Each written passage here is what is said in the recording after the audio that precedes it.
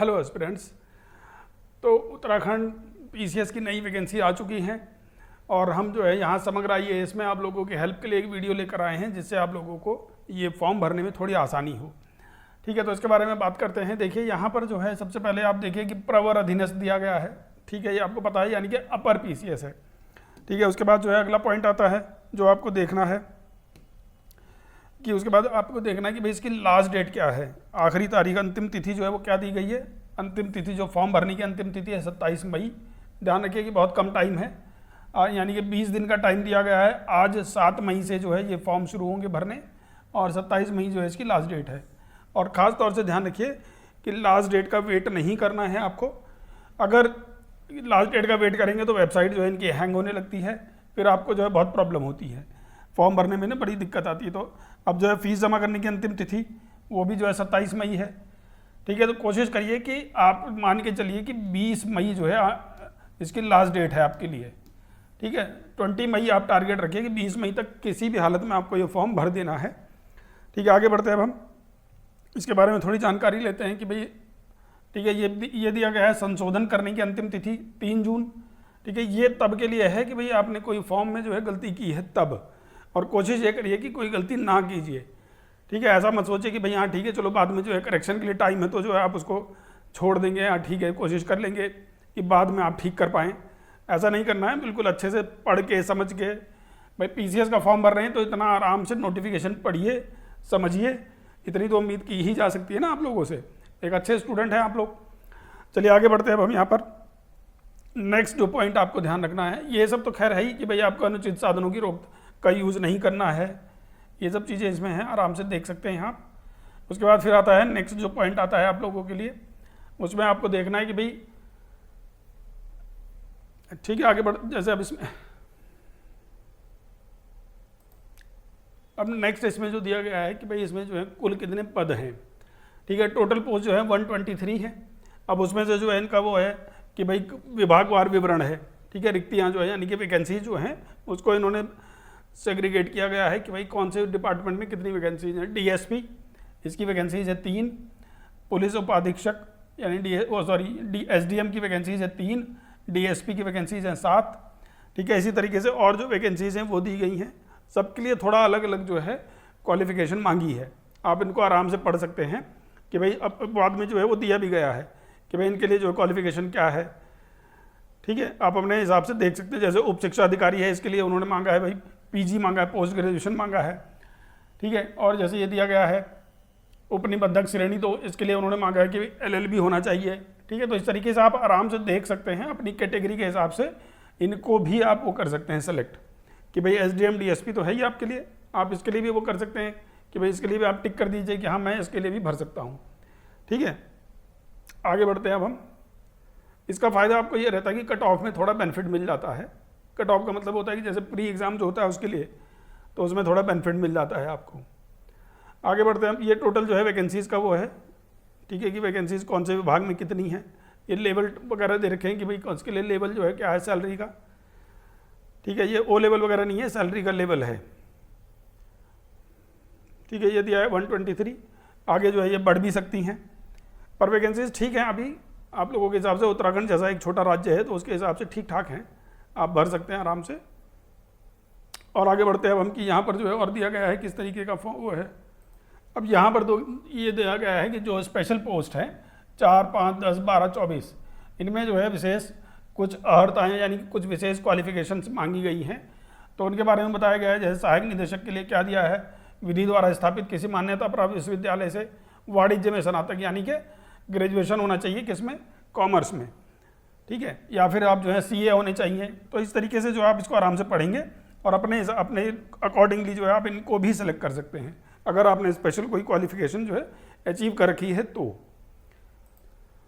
फिर यहाँ पर दिया गया है डीएसपी के लिए भाई विशेष जो है वो मांगा गया है शारीरिक मापदंड, यानी कि सामान्य वर्ग के लिए पुरुष अभ्यर्थी हैं तो इतनी ऊंचाई होनी चाहिए हाइट, महिला हैं तो इतनी हाइट होनी चाहिए, एससी हैं तो उसके एसटी हैं तो इतनी हाइट होनी चाहिए, महिला के लिए इतनी।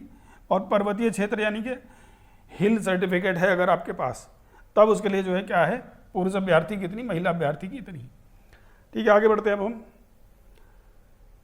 ये सीने की माप दे रखी है, जैसे थोड़ा डीएसपी का पद है, थोड़ा आर्मी टाइप का है, तो उसके लिए इन्होंने ये दे रखा है कि भाई ये जो आपको जो है स्पेशल वो मांगी गई है। शारीरिक वजन केवल महिलाओं के लिए है, न्यूनतम 45 किलो होना चाहिए महिलाओं को। ठीक है, ये सब आप आराम से पढ़ सकते हैं। आगे बढ़ते हैं अब हम। अब यहाँ पर जो है एज की बात करते हैं कि एज जो है वो मांगी है, कितनी मांगी है। ठीक है, एज इन्होंने कहा है 21 साल, न्यूनतम और अधिकतम 42 साल है। ठीक है, और ये खास ध्यान रखिए कि एज की जो कैलकुलेशन है उसकी डेट है 1 जुलाई 2025। यानी कि अगर जैसे ये खास तौर से उनके लिए है जैसे जिनकी न्यूनतम आयु है, मान लिया इनकी बात हो रही है कि भाई ये अभी सपोज करो आज की डेट में यानी कि 7 मई को ये जो है 20 साल का है, कोई व्यक्ति 20 साल कुछ महीने का, 20 साल 11 महीने समथिंग डेज का है, तो ये जो है अगर 1 जुलाई तक यानी 30 जून तक अगर जो है इसकी एज 21 हो जा रही है इस कैंडिडेट की, तो वो जो है ये फॉर्म भर सकता है। ठीक है, और ऐसे ही 42 साल का है यानी कि जिसकी डेट ऑफ बर्थ इसके पहले है, ठीक है, यानी 1 जुलाई से पहले की जिसकी डेट ऑफ बर्थ है और वो 42 साल का है भी, तो वो ये फॉर्म भर सकता है। ये ध्यान रखिए खास तौर से।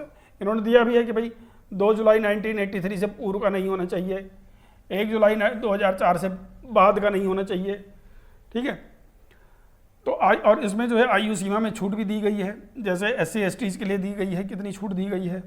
ठीक है, या और पिछड़ा वर्ग के लिए दी गई है 5 साल है। ठीक है, पिछड़ा OBC SC ST के लिए कितना जो है आयु में छूट है, यानी 5 साल, यानी कि 42 की जगह जो 47 वर्ष का है वो कैंडिडेट जो है ये फॉर्म भर सकता है। ठीक है, आगे बढ़ते हैं अब हम। अब ये दिव्यांगों के लिए भी है, इसमें ऐसा नहीं है कि खाली इन्हीं के लिए, SC ST के लिए, दिव्यांग जनों के लिए भी है, इनके लिए भी 5 वर्ष की छूट दी गई है। ठीक है, तो इस तरीके से आप इसको थोड़ा सा ध्यान से देखेंगे कि भाई क्या किस कैटेगरी में आप आते हैं और अपने हिसाब से इसको भरें। ठीक है, तो ये तो हुई फॉर्म की डिटेल कि फॉर्म में जो है क्या क्या जो है आपके लिए इस पर एलिजिबिलिटी है, क्या जो है आयु सीमा है, ये सब जो है आपके बारे में इस बारे मतलब ये सब जो है इस फॉर्म में दिया है। अब अगर बात करते हैं कि ये फॉर्म भरने के लिए क्या करना है आपको। ठीक है, फॉर्म भरने के लिए आपको जो है जाना, वेबसाइट दी गई है, इन्होंने दे रखी है भाई pcs.uk.gov.in पर जाना है आपको। उसके बाद फिर आप यहाँ पे ऑटोमेटिक जो है चले जाएंगे। फिर आगे जो है ऐसे ऐसे ये फॉर्म भरने का आपको बता रखा है कि रजिस्ट्रेशन करेंगे आपने, अगर रजिस्ट्रेशन नहीं किया है फिर जो है ये सब आप आराम से इसको देख सकते हैं। ठीक है, अगर कोई कन्फ्यूजन हो तो आप जो है साइबर कैफ़े वगैरह से भी भरवा सकते हैं, अपने आप जो है गलत ना भरें। ठीक है, कुछ पैसे बचाने के चक्कर में ऐसा ना करें कि भाई गलत सलत भर दें। ठीक है, आगे बढ़ते हैं अब हम। ये सब इसमें दे रखा है कि भाई आप किस तरीके से जो है फॉर्म भर सकते हैं। ठीक है, आराम से पढ़िए। तो अब जो है यहाँ पर हम देखेंगे कि भाई जो PCS अपर PCS है उसके लिए जो है किस प्रकार का जो है वो है एग्जाम पैटर्न। ठीक है, इसके बारे में आप देखिए। पहले होगा प्रारंभिक परीक्षा, ऑब्जेक्टिव टाइप होगी, फिर दूसरा होगा इसके बाद अगला स्टेप है मुख्य परीक्षा, लिखित प्रकृति की होगी, फिर है इंटरव्यू। ठीक है, अब इसमें इन्होंने दे रखे हैं कि भाई जो प्री एग्जाम है उसके लिए जो है किस तरीके का जो है पेपर 1 होगा, पहला पेपर 1 होगा, दूसरा पेपर प्रश्न पत्र 1, 2। इसमें जो है GS का पेपर होगा, दूसरा जो है CSET है। 150 क्वेश्चन जो आएंगे, प्रत्येक 1 नंबर का है, इसमें 100 क्वेश्चन आएंगे, प्रत्येक 1.5 नंबर का है। पूर्णांक जो है 150 है, 2 घंटे का पेपर है। ठीक है, अब हम सिलेबस के बारे में थोड़ी बात करते हैं इसमें कि सिलेबस जो है इसका क्या है। अब प्री की बात हो रही है, प्री का सिलेबस क्या है। ठीक है, और एक चीज़ और ध्यान रखिए, इसमें जो है माइनस मार्किंग भी है। ये सब आपको पता ही है कि भाई उत्तराखंड के एग्जाम्स में जो है माइनस मार्किंग है अब सब में। ठीक है, ये जो है मुख्य परीक्षा के बारे में है, इसको हम बाद में डिस्कस करेंगे। अभी जैसे प्री के लिए टाइम कम बचा है तो अभी तो केवल आप जो है प्री का ही पेपर जो है स्पेशली फोकस करके रखें। 29 जून को पेपर इसका जो है प्रस्तावित है, 29 जून को। ठीक है, हमारे यहाँ जो समग्र IAS है यहाँ पर भी स्पेशली जो है बैचेज इसके लिए चलेंगे, जो मतलब थोड़ा फास्ट ट्रैक बैच होंगे, जिसके माध्यम से आप लोगों को जो है 29 जून तक जो एग्ज़ाम है, जो डिमांड है वो कवर करा दी जाएगी। कुछ उसमें जो है टेस्ट सीरीज वगैरह लगातार चलती रहेंगी। अगर आपने पहले से पढ़ रखा है तो आप जो है स्पेशल टेस्ट सीरीज होंगी उसको ज्वाइन कर सकते हो। और अगर आपको लगता है कि भाई कोई सब्जेक्ट छूटा है या किसी चीज़ को लेके हेल्प चाहिए तो आप आराम से जो है हमारे समग्र IAS अकेडमी है सर्वे चौक पर, यहाँ पर आकर जो है हेल्प ले सकते हैं। ठीक है, हम पूरी तरीके से कोशिश करेंगे कि हर तरीके से आपको हेल्प करें और आपका जो है पेपर क्वालिफाई हो। अभी प्री की ही बात हो रही है। ठीक है, आप कभी सोचेंगे मेंस के लिए भी, अभी मेंस के लिए तो अभी सोचना ही नहीं है आपको, क्योंकि सीधी सी बात है 29 जून को बहुत ज़्यादा टाइम नहीं है। और प्री एग्ज़ाम है उत्तराखंड PCS का, राज्य की सबसे प्रतिष्ठित सेवा है ये। ठीक है, और सबसे टफ एग्ज़ाम माना जाता है उत्तराखंड राज्य का। ठीक है, अब इसमें हम बात कर रहे हैं कि भाई प्री एग्ज़ाम का जो सिलेबस है इसमें क्या क्या आएगा आपका। इसमें जो है आपका आएगा, देखिए भारत का इतिहास। अब इसमें ये चीज़ देखिए, न्यूनतम 1/3 प्रश्न जो है उत्तराखंड राज्य से पूछे जाएंगे, यानी कि उत्तराखंड राज्य से स्पेशली जो है उत्तराखंड राज्य के 1/3 प्रश्न पूछे जाएंगे, यानी 150 में से 1/3 प्रश्न। ठीक है, तो लगभग 50 जो शब्द हैं, 50 क्वेश्चन हैं, 150 में से 150 क्वेश्चन है, 150 में से 1/3 यानी कि 50 क्वेश्चन जो हैं, आप मान के चलिए कि 150 का 50 क्वेश्चन उत्तराखंड से आएंगे ही आएंगे, उत्तराखंड राज्य से। ठीक है, तो यानी कि बहुत इंपॉर्टेंट टॉपिक हो जाता है उत्तराखंड राज्य। ठीक है, उत्तराखंड स्टेट जो है, उत्तराखंड स्टेट के जो क्वेश्चंस हैं वो आप छोड़ के नहीं जा सकते हैं, ये सब्जेक्ट आपको पढ़ना ही पढ़ना है। यहाँ पर हम वही बात करेंगे कि किस सब्जेक्ट को किस तरीके से आप फोकस कर सकते हैं। ठीक है, आगे बढ़ते हैं अब इतिहास का है, इतिहास में दे रखा है इन्होंने कि भाई भारत का इतिहास, संस्कृति, ये सब दे रखा है। ठीक है, तो ये इसमें आप जैसे कि आपने पढ़ा ही होगा इतिहास अगर, तो उसमें है कि भाई प्राचीन भारत, मध्यकालीन भारत, आधुनिक भारत, यही सब है यहाँ पर। ठीक है, इसके क्वेश्चन आते हैं, ठीक ठाक क्वेश्चन आते हैं। ठीक है, उसके बाद ये उत्तराखंड का इतिहास दे रखा है, तो स्पेशली जो है उत्तराखंड के लिए स्पेशल सिलेबस, स्पेशल क्लासेज जो है चलेंगी हमारे यहाँ, जिससे आपको जो है इस पेपर को पास करने में बहुत ज़्यादा हेल्प मिलेगी। ठीक है, बहुत डेप्थ में पढ़ाया जाता है हमारे यहाँ उत्तराखंड के स्पेशल क्वेश्चंस को। ठीक है, आगे बढ़ते हैं, भारत और विश्व का भूगोल। ठीक है, इसको भी आप आराम से देख सकते हैं कि भाई देखिए, खास तौर से ध्यान रखिए कि सिलेबस और प्रीवियस ईयर क्वेश्चन पेपर, ये जो है एक तरह से इसका कुंजी है किसी भी एग्ज़ाम को पास करने की। कोई भी एग्ज़ाम अगर आपको पास करना है तो उसका की जो है वो यही है कि आप जो है उसका सिलेबस समझ लीजिए अच्छे से, सिलेबस। ठीक है, और उसका जो है PYQ, अगर ये दो चीज़ें आपने बढ़िया से फोकस कर ली, बढ़िया से आपने इसको आत्मसात कर लिया, यानी कि बढ़िया से इसको जो है आपने समझ लिया है कि सिलेबस क्या है, PYQ क्या है।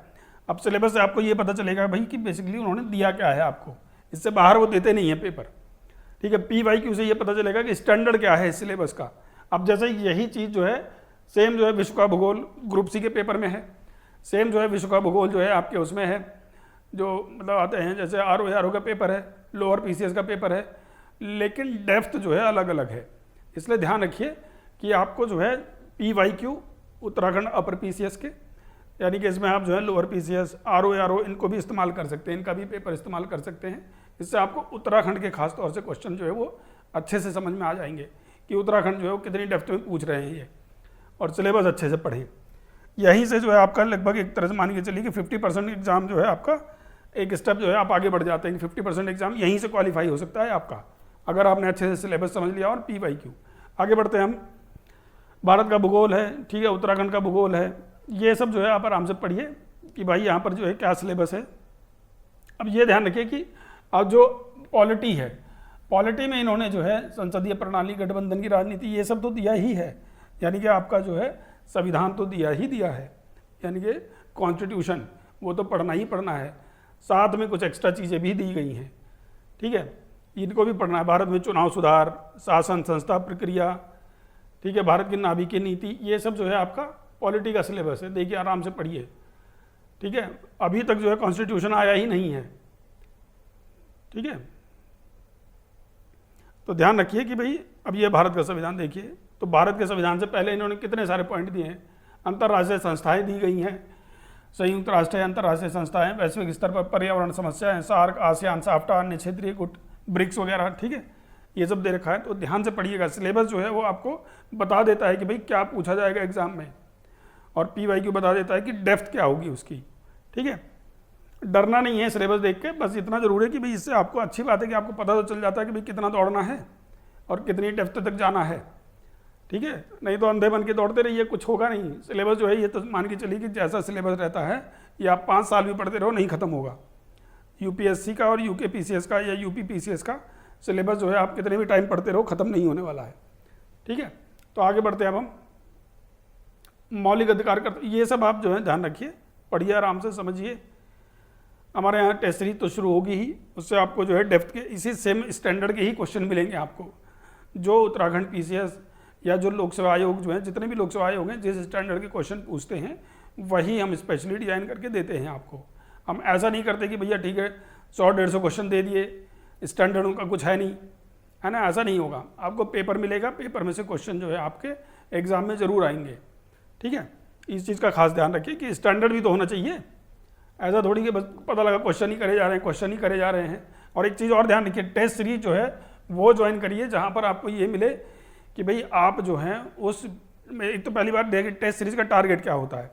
टेस्ट सीरीज का टारगेट ये होता है कि आपका सिलेबस कवर हो, ठीक है, और उस पेपर का स्टैंडर्ड मेंटेन रहे जो पेपर आप देने जा रहे हो, ठीक है। अगर ऐसा नहीं हो रहा है तो इसका मतलब ये है कि आपके साथ खिलवाड़ हो रहा है। स्टैंडर्ड जरूर समझिए, ठीक है, खास तौर से ध्यान रखिए। ठीक है भाई, हम 10 टेस्ट देंगे लेकिन स्टैंडर्ड उसका बढ़िया हो। 100 टेस्ट देने से तो अच्छा है उसका फ़ायदा, ठीक है। इसलिए ध्यान रखिए, कोई ऐसा अंधी दौड़ नहीं है, बस स्टैंडर्ड मेंटेन रखना है आपको और रोज का काम रोज करना है, ठीक है। लोक नीति आप देखिए, सिलेबस कितना वास्ट है इसका, तो आराम से समझ के अच्छे तरीके से पढ़ाई करिए इसकी, ठीक है। ये इकोनॉमिक्स का है तो इसी तरीके का सिलेबस है, आप आराम से पढ़ के समझ के आप कहीं भी कोचिंग करिए, लेकिन स्टैंडर्ड जरूर भी ध्यान रखिए कि भाई स्टैंडर्ड जो है वो है कि नहीं है, ठीक है। अब इसमें जो है और ख़ास तौर से ध्यान रखिए सामान्य विज्ञान, उत्तराखंड में जो है सामान्य विज्ञान के ऊपर सामान्य विज्ञान यानी बायोलॉजी के क्वेश्चन पेपर जो है वो जरूर आते हैं। बायो जो है अच्छे स्टैंडर्ड की आती है इनकी, ठीक है। बायोलॉजी के क्वेश्चन जो है ये अच्छे खासे पूछते हैं उत्तराखंड में, तो इसको तो स्पेशली ध्यान रखना, इसको भी नहीं छोड़ सकते आप। आगे बढ़ते हैं अब हम। करंट अफेयर है उत्तराखंड, ये समसामयिकी है, ठीक है। उत्तराखंड का करंट अफेयर भी है इसमें। पारिस्थितिकी पर्यावरण है, इकोलॉजी एनवायरनमेंट, ठीक है, फिजिक्स है, तो ये सब जो है आपको पढ़ना है। अब ये दिया गया है राज्य, राष्ट्रीय और अंतर्राष्ट्रीय महत्व की समसामयिक घटनाएं, यानी करंट अफेयर का पॉइंट है ये, ठीक है। तो इसको भी पढ़ना है स्पेशली आपको। फिर यहाँ पर दिया गया है द्वितीय प्रश्न पत्र यानी सीसेट का। अब सीसेट में देखिए एक बात ध्यान रखिए, सीसेट को लेकर डरना या घबराना नहीं है। जिसको मैथ आती है उसके लिए तो बहुत ही अच्छा है, जिसको नहीं आती उसको भी थोड़ी बहुत सीखनी बहुत ज़रूरी है, क्योंकि आप देख रहे होंगे लास्ट टू ईयर से जो है इनका स्टैंडर्ड का पेपर जो है, इसका पेपर का स्टैंडर्ड जो है वो थोड़ा मतलब ऐसा बना दिया है कि 40 क्वेश्चन करना, 40 नंबर लाना भी बड़ा मुश्किल हो रहा है। यानी 40% आप मान के चलिए टारगेट है, वैसे तो 30% है, लेकिन आप मान के चलिए कि आपको जो है 150 में से 40% जो है नंबर लाने ही लाने हैं, कंपलसरी है, तभी आप क्वालिफाई होंगे इसको,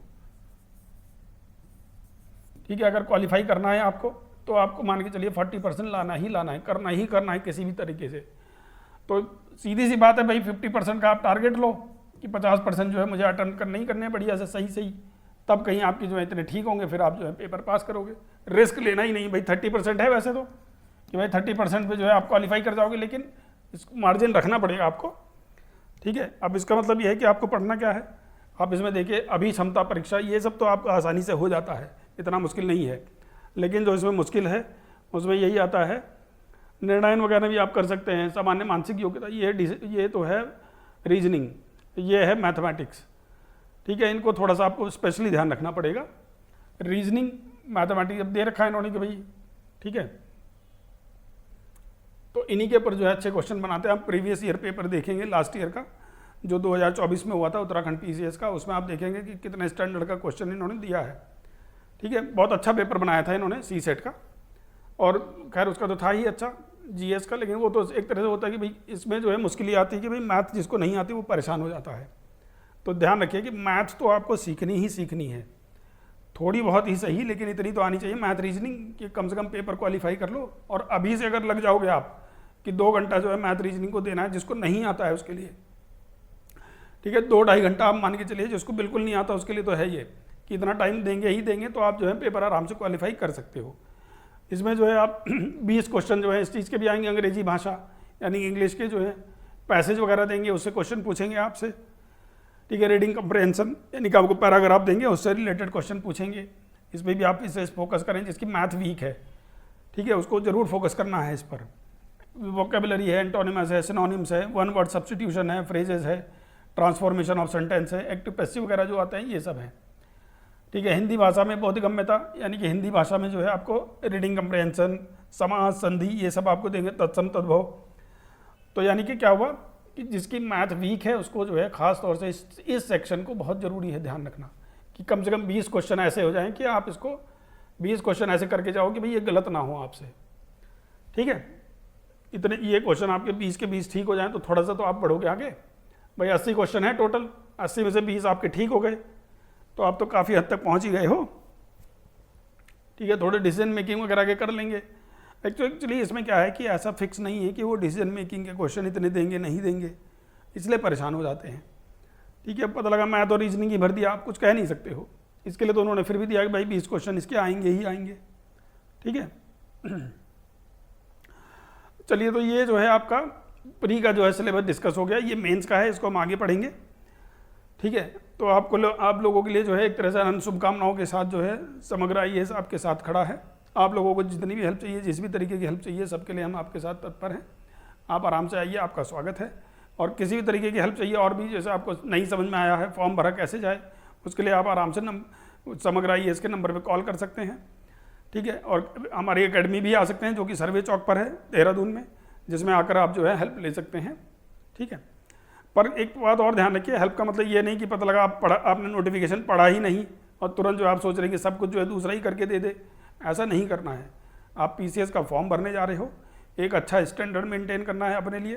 भाई सीधी सी बात है, SDM DSP बनने का मन है तो कुछ तो स्टैंडर्ड रखना पड़ेगा अपना। ऐसा थोड़ी चलेगा कि बस खुद से जो है अपना नोटिफिकेशन आपने पढ़ा नहीं और हम इधर उधर जो वो कर रहे हैं, भटकते फिर रहे हैं, ऐसा नहीं करना है। ठीक है, चलिए मिलते हैं नेक्स्ट वीडियो में।